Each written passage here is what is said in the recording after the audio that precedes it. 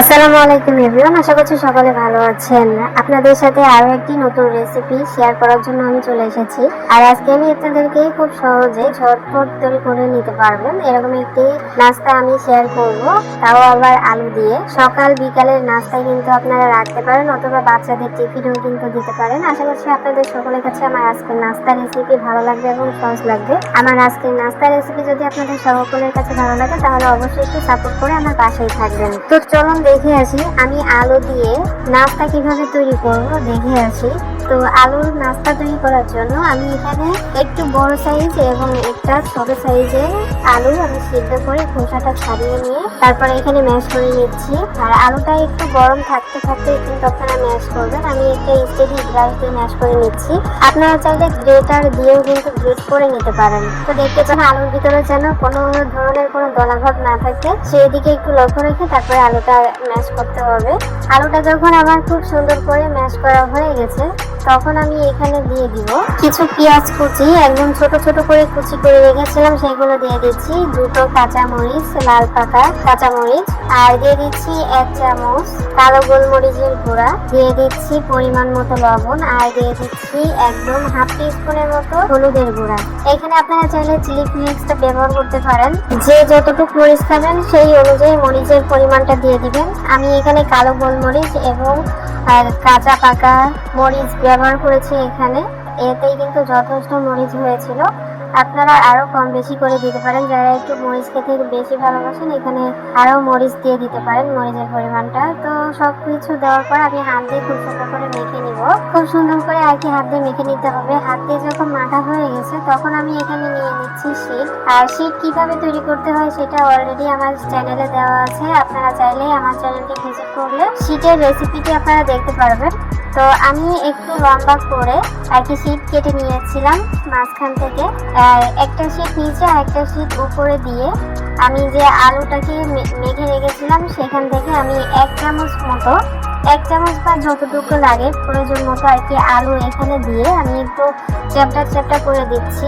আলুটা যখন চ্যাপটা চ্যাপটা করে দেওয়া হয়ে গেছে তখন আমি 2 চামচ আটার মধ্যে একটু একটু করে পানি অ্যাড করে তারপরে খুব সুন্দর একটা আঠালো একটা বেটার তৈরি করে নিয়েছি। ওইটা আমি অফ ক্যামেরায় করে নিয়েছি, ওটা আমি আপনাদেরকে দেখাতে গেলাম না। এটা কিভাবে তৈরি করতে হয় আমার মনে হয় সবাই জানে, আর কেউ যদি না জেনে থাকেন আমার চ্যানেলে দেওয়া আছে, দেখে আসতে পারেন। তো আমি শীটের একদম মানে 4 কোণায় আটার বেটারটা মাখিয়ে নিলাম। তারপরে নিচে যে শীটটা আছে সেই শীটের 2 পাশ আমি দেখতে পাচ্ছেন যে আমি টেনে এনে তারপরে আর কি আলুর উপর দিয়ে দিচ্ছি। 2 পাশ যখন দেওয়া হয়ে যাবে তখন আর একটা শীটের 2 পাশ এরকম ভাবে নিয়ে নিতে হবে, মানে একদম টেনে এনে তারপরে লাগিয়ে দিতে হবে। তো দেখতেই পাচ্ছেন এই কাজটা কিভাবে করতে হয়। তো তৈরি হয়ে গেল আমার একটা আলুর পকেট, তৈরি হয়ে গেল বা নাস্তা। দেখতেই পাচ্ছেন ঠিক এরকম থাকবে। তো দেখতে পাচ্ছেন আমি এরকম প্রত্যেকটা নাস্তা আমি এরকম করে তৈরি করে নিব। তো অফ ক্যামেরায় কিন্তু আমি সবগুলো করে নিয়েছি, আপনারা কিন্তু দেখতেই পাচ্ছেন প্রত্যেকটা নাস্তা কিন্তু এরকম হবে। আর নাস্তাগুলো যখন আমার হয়ে গেছে তখন চলে আসবো চুলায় ভাজার জন্য। তো নাস্তাগুলো ভাজার জন্য আমি একটা কড়াইতে আগেই তেল বসিয়ে রেখেছিলাম, আর তেলটা খুব বেশি একটা গরম হয়নি, আপনারা দেখতে পাচ্ছেন।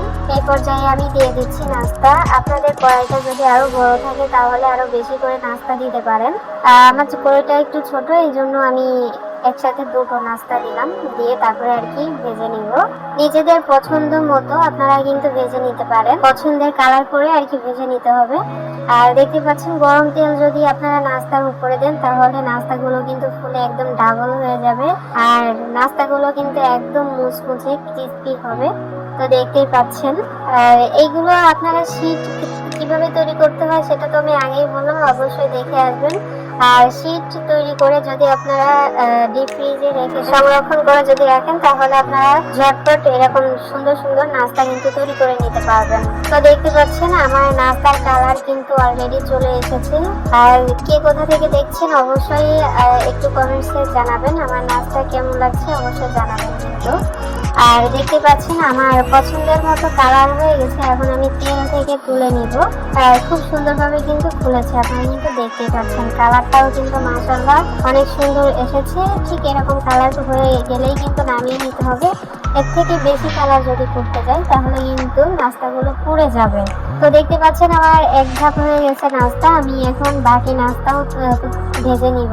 তারপরে ধাপে ধাপে নাস্তাগুলো ভেজে তারপরে আমি আপনাদেরকে শেয়ার করে দেখাচ্ছি যে আমার নাস্তা কেমন হয়েছে। প্রত্যেকটা নাস্তা কিন্তু একই রকম হয়েছে, আপনারা কিন্তু দেখতেই পাচ্ছেন। এক একজনের মোবাইলে ডিভাইসে হলো এক এক রকম দেখা যায়। আমার এখানে তো খুবই সুন্দর লাগছে, আশা করছি আপনাদের ওইখানেও দেখতে মাশাআল্লাহ অনেক লোভনীয় লাগছে। আর নাস্তাগুলো যদি হালকা সসের সঙ্গে যদি আপনারা পরিবেশন করেন তাহলে জাস্ট অসম্ভব লাগবে খেতে। আপনারা বাড়িতে অবশ্যই ট্রাই করবেন। একটা ভেঙে আপনাদের সাথে শেয়ার করে দেখাচ্ছি কতটা ক্রিস্পি হয়েছে, মুচমুচে হয়েছে, আপনারা কিন্তু দেখতে পাচ্ছেন। আর ভিতরে কিন্তু মানে উপরে একদম মুচমুচে ক্রিস্পি হয়েছে আর ভিতরে একদম আলু দিয়ে ভরপুর। তো বাইরে থেকে কোনো ধরনের কোনো নাস্তা না খেয়ে আপনারা নিজেরাই ঘরে একদম মনের মতো করে নাস্তা তৈরি করে কিন্তু আপনারা খেতে পারেন। আর ঘরের খাবার কিন্তু একদম ফ্রেশ খাবার হয়, এখানে কিন্তু কোনো ভেজাল থাকে না। আশা করছি আপনাদের সকলের কাছে আমার আজকের সহজ রেসিপি ভালো লেগেছে। আমার আজকের রেসিপি এতটুকুই। সবাই অনেক ভালো থাকবেন, সুস্থ থাকবেন। আমার পরবর্তী ভিডিও দেখার আমন্ত্রণ জানিয়ে আজ এখানে বিদায় নিচ্ছি। আল্লাহ হাফেজ।